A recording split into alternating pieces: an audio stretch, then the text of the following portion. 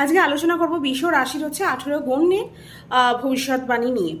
গুণ কি কি গুণ থাকে, কি অপগুণ থাকে, একটা মানুষের সম্বন্ধে যদি আপনি জানেন যে সে বৃষ রাশি আর তার গুণগুলো যদি আপনি জেনে নেন, তাহলে হচ্ছে কি আপনি তার সম্বন্ধে জানতে পারবেন।